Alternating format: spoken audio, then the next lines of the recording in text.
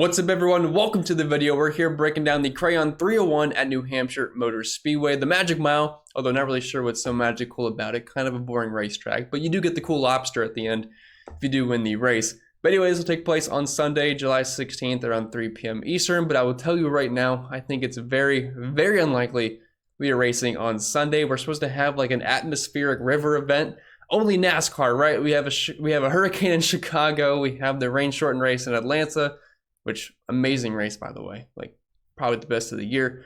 And now we're going to have just straight rain the entire day on Sunday. At least we were fortunate enough to get some practice and qualifying in, so we're not going in the dark. But just giving you guys a heads up in case you were making plans on Sunday, because there's like 100% chance of storms all day. And yes, we do have the wet weather package, but they will only race that if it's damp conditions, not the rain, and it looks like it's gonna be a little bit more than damp. But anyway, if this is your first time here, what's up? My name is Chris Pennell. I break down NASCAR DFS each and every single week on this channel. Just find me live on Sunday mornings. I'm planning around any time from 11 to 1 p.m. for the live stream tomorrow, so come in, hang out, ask me some questions.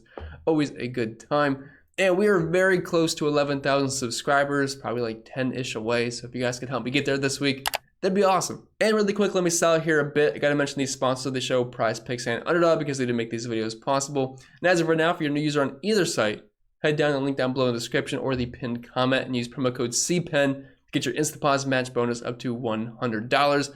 And NFL is approaching very soon. You can play best ball tournaments over on Underdog, which is by far the best site to play best ball on. So go in, draft some teams, have some fun. Check it out and make sure you use promo code CPEN when you do sign up. All right, moving on to the strategy portion of this video. Nothing too fancy this week. This is a short flat track, which are by far the most predictable for DFS purposes, at least for me anyway.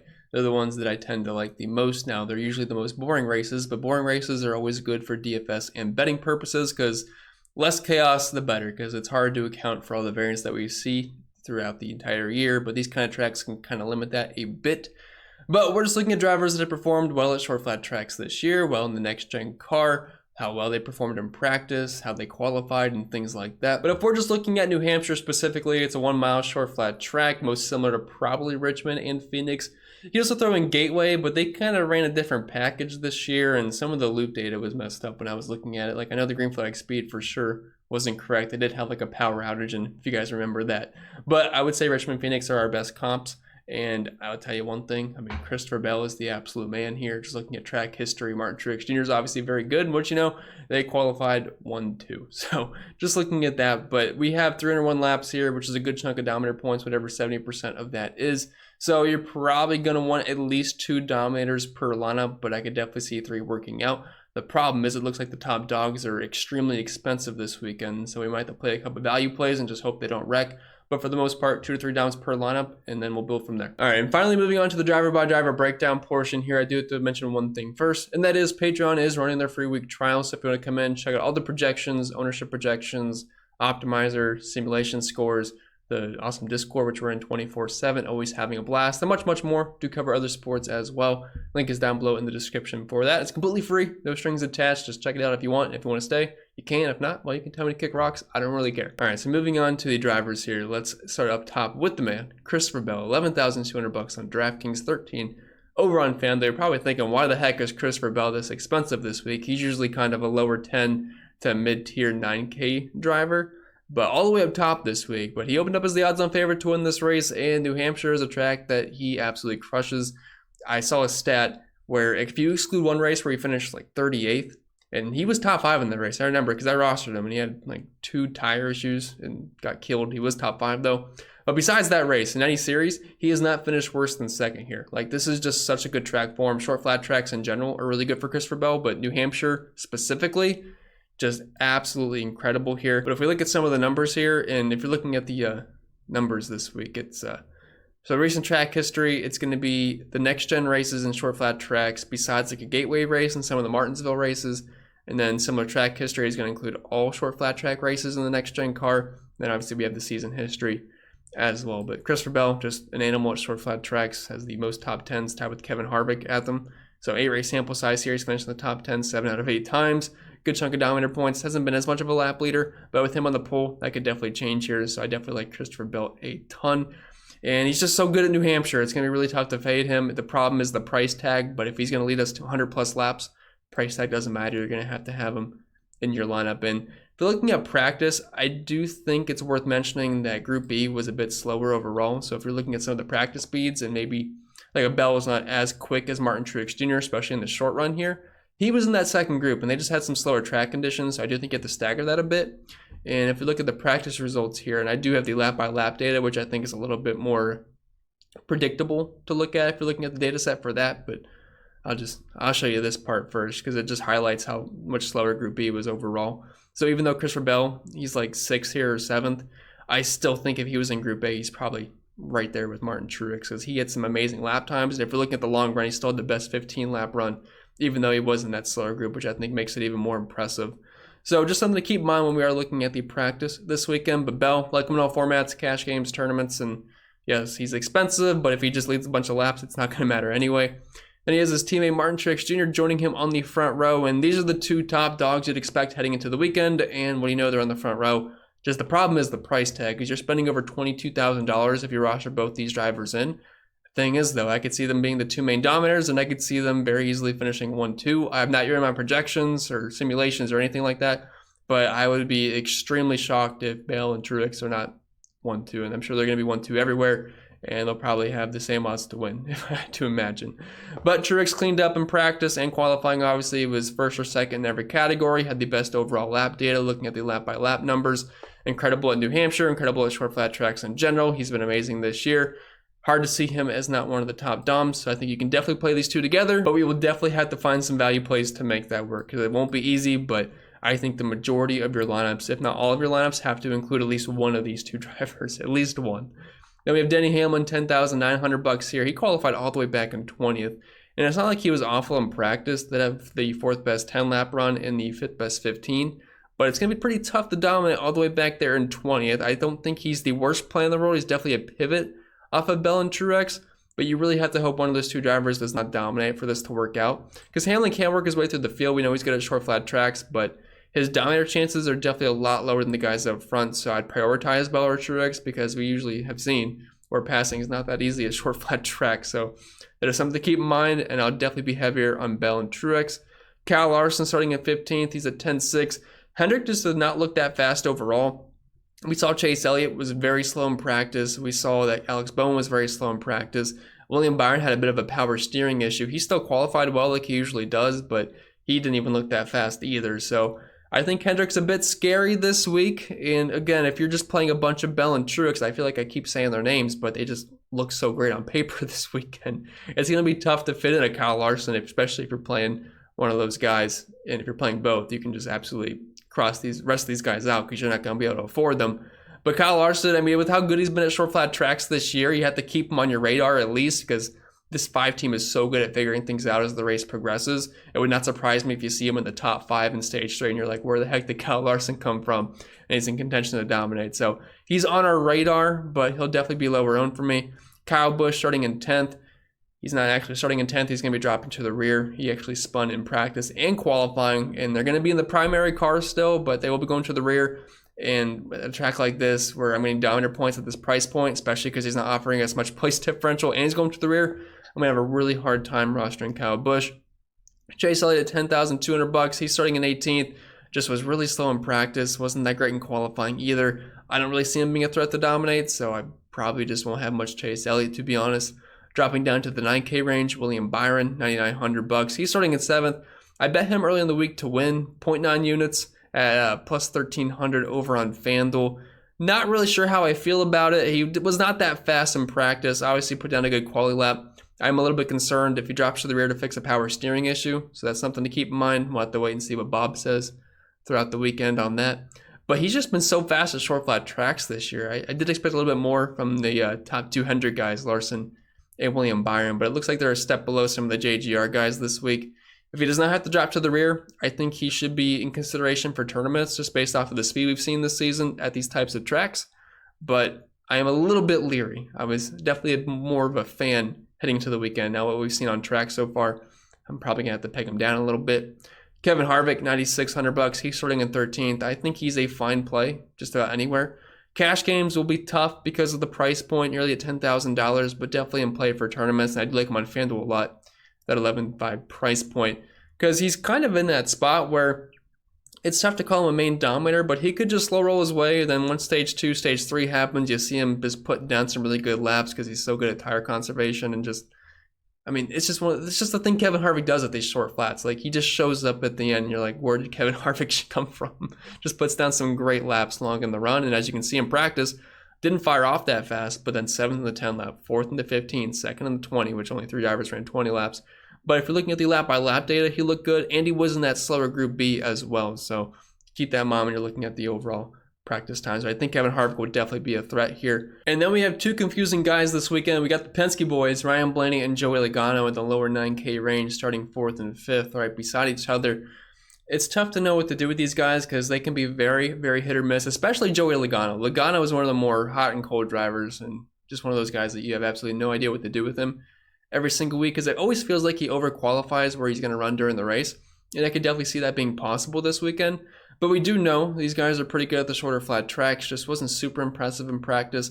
If I had to pick one, I am probably going with Ryan Blaney. We saw how good he was at Gateway, which I realize maybe isn't completely similar to New Hampshire this weekend, but Ryan Blaney's been one of those guys where if he qualifies well, he usually has some speed during the race. I know at Dover, he qualified third. He was in third all day. At Gateway, he qualified second. He was like first through third all day. So I do think Blaney could have a decent run here, staying within the top 5, because you know how good he is at these kind of track types. And if you're looking at the 8-race sample size in the next-gen car, I mean, it's pretty good for Blaney. He's got the second most laps led, the absolute most fast laps, and just overall in the next-gen car, this is a really good track type for him. So while he wasn't like blazing fast in practice, put down the 6th best 10 lap, and lap by lap data didn't have him terrible. It was top 10. I think he's in tournament consideration. I do like Harvick a little bit more, but I think he's okay. Like, I'm not excited about it, but I don't see him dominating over like Bell or Truex or anything. But I mean, if he runs third and gets fast laps, it's not the worst play at lower ownership. And Logano kind of in the same boat, but I do prefer Blaney a little bit more. Then we have the 8K range, and they're going to be low owned because if you're looking at who's right below them, Ross Chastain, he's all the way back in 31st, and he's cheap this week. So there's going to be a lot of ownership here. Like if you're playing cash games, expect Ross to be very chalky, and I'd probably make sure you get him in. But Ross here, $8,800, 10K on FanDuel, just going to be mega chalk here, 31st. And he's good at these track types. It's not like he's been slow this year. He just had a bad quality lap, 3rd in the 1 lap in practice, 8th in the 5 lap. And if you're looking at the numbers in the next-gen car for him, average running position of 9.3, 3 top 5s, 5 top 10s. So it's not like he sucks at these track types. He just had a bad qualifying lap, and I have no problem at all rostering Ross here. Just know you're going to eat a lot of ownership. And there's lots of pivots to be had. Like if Ross gets stuck in 20th all day, I mean, if you get Blaney finishing 3rd with some fast laps, I mean, you're going to have a lot of leverage there in tournaments for sure. Brad Keselowski, another pivot option here. He's starting at 9th. And I like the price point. This puts him as a good tournament spot. I love him at these track types. 5th in the 5 lap, 8th in the 1 lap.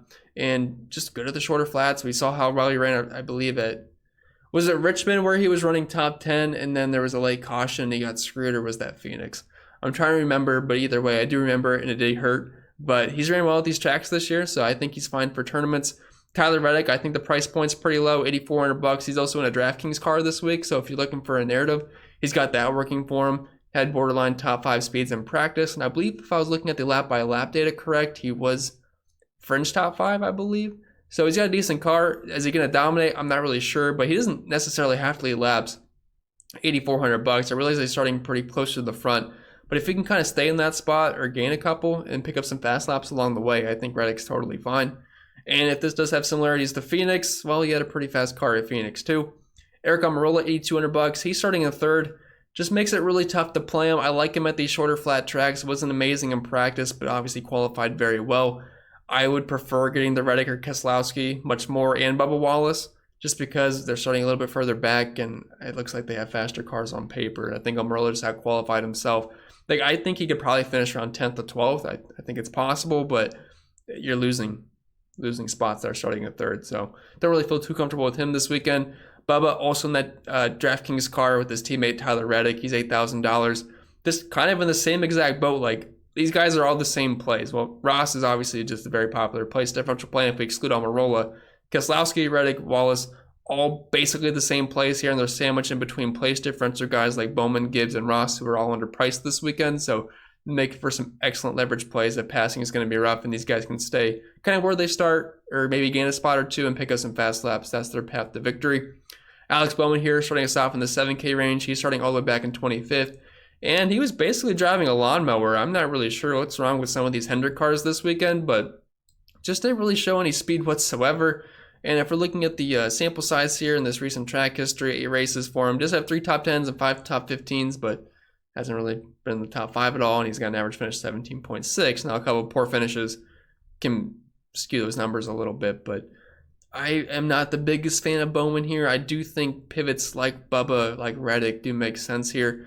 I would just rather play Ty Gibbs. I mean, his car looked faster on paper. Toyota looks really strong this weekend, and you're getting 11 extra place differential spots. Ty Gibbs is one of those guys, if you're playing cash games, just plug him in. I mean, if you're playing cash this week, I'm not sure if it's going to be able to fit, but I would probably start with Bell Truex, get in Ross, get in Gibbs, and then maybe we can just throw in a couple of cheapies and make it work. I'm not sure what kind of salary we are left with because those 2 up top will eat up a large chunk of salary. So you might have to pick one, and that's going to be tough to pick. It really is. But definitely like Ty Gibbs here, 8th in the 10 lap, 3rd in the 15. So should be good. Just obviously screwed up qualifying. Daniel Suarez, $7,500. Just throw him in the same category as Wallace, Reddick, Keselowski, and it's going to be lower exposure, but you don't need much to be even or overweight to the field. Chris Buescher, $7,300. He's starting at 26. Messed up his qualifying lap as well. But similar to his teammate Brad Keselowski, looks like he brought some speed this week. If you're looking at the practice numbers, 9th in the 1 lap, 10th in the 5, and 11th in the 15s, or 11th in the 10, I should say. So starting back in 26, definitely has a chance to pick up some place differential. So I do think he is a fine play. Ryan Preece starting in 21st, $7,100. Ryan Preece, he's not been a guy that I've rostered too much this season because the Stewart-Haas cars kind of suck. But if there's one place we can roster Stewart-Haas cars at, that is going to be short flat tracks. And Ryan Preece did bring some speed for him this week for his kind of level. He's at 15th in the 1 lap, 16th in the 5, 10th in the 10, then 6th in the 15th, although not that many guys are in the 15 lap run. But I think he can be a top 20 car this week. And if he can sneak in a top 15, that's not bad at lower ownership at $7,100. But Chase Briscoe, obviously slower in practice, but does offer some more place differential. I feel like he'll pick up some more ownership, so that's another way just to be different here. Briscoe's had a pretty slow season so far, that's for sure. I think that's putting it lightly. But if you're looking at practice, just slow again, 24th in the 1, 20th in the 5, 17th in the 10, which I thought Briscoe would be a little bit faster, and he kind of qualified right around where his practice speeds were. So I'm not sure what to expect from him, because if you're looking at the numbers for Briscoe, I mean, they're pretty good. I mean, similar to Ryan Preece, it's only a 2-race sample size, but average finish at 15th. But if you're looking at Briscoe, average finish at 12.1, running position at 12.6, has a win, 2 top 5s, 3 top 10s, and 6 top 15s. So even though he was super slow in practice, I think he should be a top 20 contender, and that's not bad at his price point. So I'm willing to play some Chase Briscoe this week. AJ Allmendinger, $6,700. He's in 14th. Qualified a bit high for me. I mean, I think Briscoe will probably project better most places because he's starting double the spots further back. But, I mean, I don't think we should completely throw a dinger, but I think it's more likely he loses spots than gains spots. Austin Dillon at $6,600. He's starting at 11th. I believe he was in the optimal here last year. I forget where he was starting. But if you're looking at his numbers at similar tracks, not too bad. 17.4 for his average finish. Not bad for his price point, I should say, but it's kind of bad for where he's starting. And if you're looking at practice for Austin Dillon, it wasn't great. 30th, 26th, and 21st. So I think he's a candidate to move back. I'd say that's pretty likely. Eric Jones, $6,400. He's starting all the way back in 30th, so he is going to offer you some place differential upside. And while I think he will gain some spots, I'm not sure it's going to be many. He was 23rd in the 5 lap, so I'm not like super excited about Eric Jones here. Like I do think maybe getting the dinger or Chase Briscoe, if they're going to be lower owned, do make sense for pivots there. Ricky Stenhouse, he's starting in 16th. He is the king of kind of holding ground, but I will say he practiced a lot slower than that, so I don't think he's going to project too well for me. Austin Cindric absolutely sucks, but he's $6,100. So it's tempting because of how cheap he is, and if we're going to roster Cindric anywhere, I think the shorter flat tracks are probably the best place to do it. And if you're looking at this 8-race sample size, has finished inside the top 15, 50% of the time, with an average finish inside the top 20. So if we're going to play Cindric any week, this might be one of them just because of the price point and for where he's starting. And if you're looking at practice, 22, 20th, and 18th. So if he can just gain a spot or two, contend for a top 20, we will take it at this price point. So I hate the guy, but not personally, just for DFS purposes usually. But I don't think he's the worst DFS play this week. Michael McDowell might get some steam here because of how well he practiced. He is 17th here. Didn't really have the best qualifying run, but I mean, if people are looking at practice like I do, he's going to light up the scoreboard here, first or second, just about everything. Now, keep in mind, he wasn't that first group, so that was definitely an aid for him. And if I was looking at some of the lap-by-lap data, he was kind of hovering around 15th, so a little bit better than mid-pack. But at $1,500, if they can hold his ground in 17th, like 15th to 20th, that's really not that bad. So I think Michael McDowell is definitely playable. But I do worry about the ownership a little bit if he just gets steamed up in practice, just because of the practice numbers. But, I mean, if he can hold his ground, that's enough to get the job done. We can't be too picky down here this week anyway. We just want guys to not wreck, and then we'll get our studs up top. Justin Haley, another guy that had some good practice laps, just didn't get as much down in the long run as Michael McDowell did, but kind of viewing him as a similar play starting at 19th. I don't mind splitting their exposure up, but I do think Michael McDowell is a little bit more trustworthy for me. Harrison Burton starting in 28th. Super slow in practice, slow in qualifying. I don't really see much working out for him. Corey LaJoyne starting in 24th. Probably going to finish somewhere similar to that. Like, I just don't have strong stances on these guys. If you want to see how he's done in the short flat tracks in the next gen car so far, average finish just inside the top 30, so it hasn't been too pretty for him. Ryan Newman, probably going to be the worst guy on the track, just super slow in practice, 32nd, and then 20th in the 10 lap, but that is the amount of drivers that ran a 20 lap, besides Austin Dillon, who was in 21st. Maybe he's not going to be the absolute slowest car on the track, but I mean, he's going to be right there with BJ McLeod and Ty Dillon. I don't really see much working out for Rocket Man here. Noah Gragson starting at 29th, probably will finish back there. Cole Custer, I think he's doing well in Xfinity at the very moment, but this is a lot different than the Xfinity series. Starting in 34th, 25th in practice, 22nd in the 5 lap, and then 12th in the 10. Maybe Custer isn't the worst play back here starting back in 34th.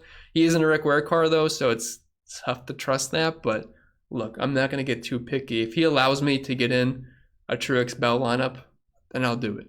I don't like playing Custer. I hate him, but I'm willing to do it if I need to. Todd Gilliland's kind of cheap this week, and if you're looking at practice, it honestly wasn't too bad. 20th in the 1 lap and 17th in the 5. Starting in 23rd, he's in the 4K range. Like, I think he could probably do worse. He's in a front row car, so it wasn't like he's in Rick Ware. So I think he's just a bit underpriced this weekend. Like, if he finishes around 25th, it's not a day ender, especially if it lets you get your studs in. Then Ty Dillon, BJ McLeod, no thank you. But with that being said, that's all I got for you guys this week. And I hope you did enjoy. And if you did, make sure you leave a like down below. Subscribe to the channel if you haven't yet done so. We are very close to 11K, so that'd be really cool if we could hit it. I'll see you guys on the live stream tomorrow. And check out the Patreon if you want. It's free for a week. Link down below in the description. Wish you all the best of luck, and I'll see you all next time.